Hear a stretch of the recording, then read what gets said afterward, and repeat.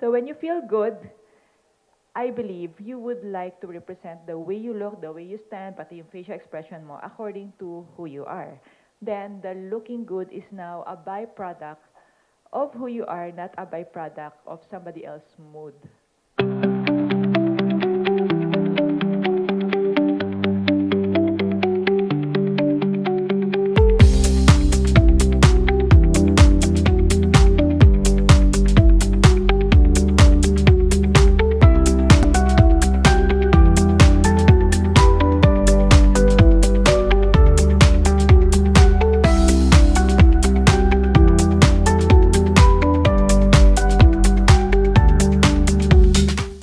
Of the cliche, look good, feel good, do good. Yeah, sometimes sa movie, sometimes sa mga, maybe sa atin mismo, no, sa friends. But do you agree with that order na you have to look good first before you feel good, then you do good? I used to agree, I used to believe, and even lived out to it pa na, I have to look good. Kasi when I look good, then people will, wow, nag-ayos, then I feel good. And then after feeling good, parang marami ko nagagawang good things. So, look good, feel good, do good. But do you know, when I became an image consultant and learned the principle of image and executive presence, nakita ko, mali pala yung order. It may be true, but it's just not sustainable.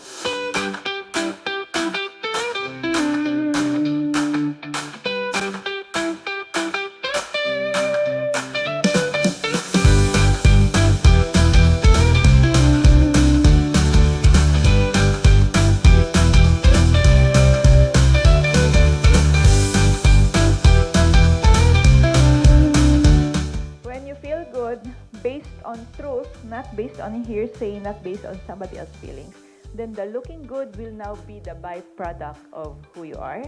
Then magugulat ka when feeling good and looking good is happening, then doing good is happening. We will understand first who you are. When you get clarity, then you have all your means to be inspired by your own self. So once you gain clarity with who you are, don't jump straight to dressing up well, buying clothes, buying shoes, and makeup, not yet. Plan out first, how do I want to be remembered during the one-year training? How do I want to be remembered when I get assigned to a department, during the, lunch, mamaya magla-lunch out, in the restroom, in the elevator, how do I want to be remembered? Dapat defined yun. Bakit?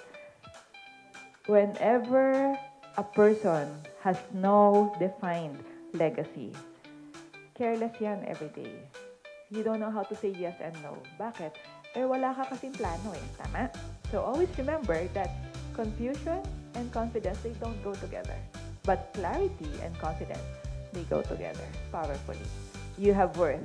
So your worth is not dependent on this 7 P's. You already have worth whether you are in this program or not. Whether you pass or not. Of course, when you say, so paano pag pumasa pa ako, nadagdagan yung worth ko? Yung worth mo kasi same eh. Pwede ang nadagdagan is the recognition. But your worth is the same with or without activity.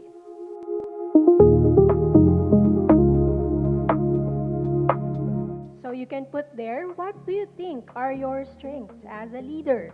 Second, my core leadership values. So what are your values? My responsibility as a DBP leader. The leadership legacy that I want to build at DBP. So we're talking about your legacy, your leadership legacy. And for the one at the lower part, my leadership brand statement.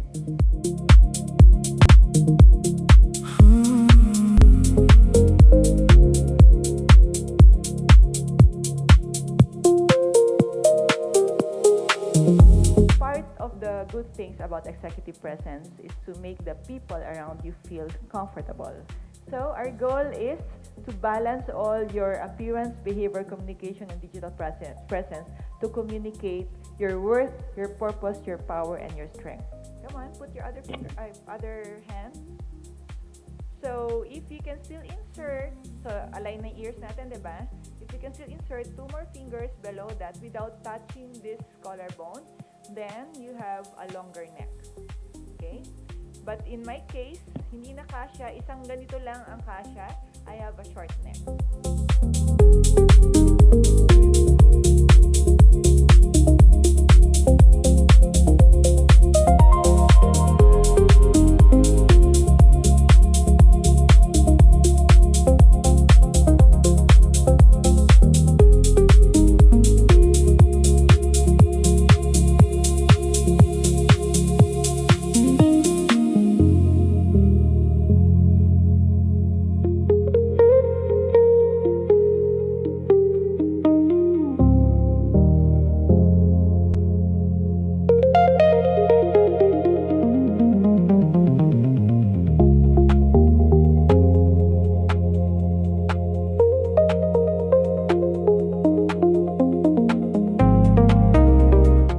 Okay, so now we will breeze through. What do I mean breeze through? We will quickly go through nonverbal cues, the one area of your communication that usually gets misinterpreted. So I hope you remember quickly kung ano yung mga things to avoid. And the reason why we wanted to understand body language, because indeed, it's true that actions speaks louder than. So no matter how ready you are, how friendly your tone ng voice mo, they see more the facial expression and the action.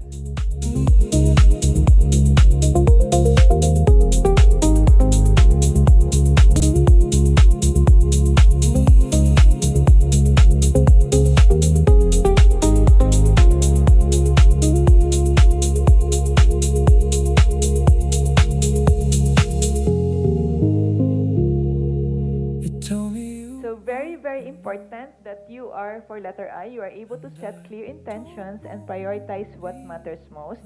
Kasi mabilis magpanic, pero you are more than a trigger.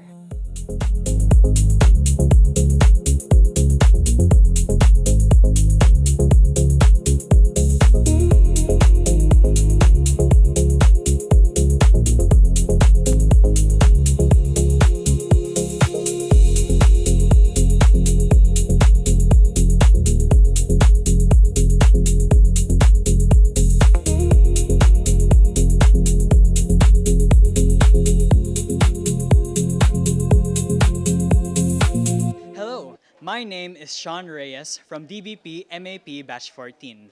And what I truly appreciated about the ACE is how it struck a fine balance between theories and practice. While there was a lot to absorb into the mind, I saw a lot of know-how and knowledge that I could easily apply into my life as early as next week. So from here on, I hope to exude gravitas and I hope to let my executive presence shine. Thank you. Hi, I'm Brent Agosto and a MAP trainee of DBP. What I like about this training is it helped me realize how the executive process is not just about appearance, but also how we communicate, how we treat with others, and how we carry ourselves and build trust with confidence. And thank you for Miss Toni that it shaped me and it helped me improve my leadership traits and how I can move forward to help with DBP. Hi, I am Janine Humagdao, a Management Associates Program trainee from DBP. What I love about Miss Tony's training is that I learned that there's really something new to learn. Despite that, I have a prior experience in dealing with clients. I thought I mastered all the essentials. However, I was wrong. The topics discussed on nonverbal cues, eye contact, the 7-second rule, these are very important in our professional presence. And I am truly grateful to be part of this program, and I am looking forward to applying this learning when I am deployed in my respective area of office. Thank you. Hi, I am Melrose Lucas, a MAP trainee from DBP.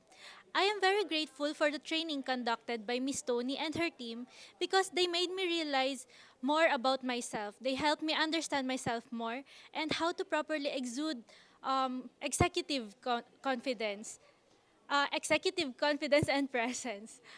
They also taught me and helped me realize that I have purpose, I have worth, I have unique strength, and I have worth, purpose, power, and unique strength. Thank you.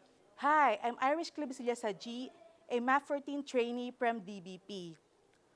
What I love about Ms. Toni's training was the emphasis that executive presence starts with credibility, character, and consistency. It gave me practical ways to communicate with confidence, project professionalism, and build trust. More importantly, it inspired me to become a leader whose presence consistently and positively influences others through authenticity, empathy, and excellence.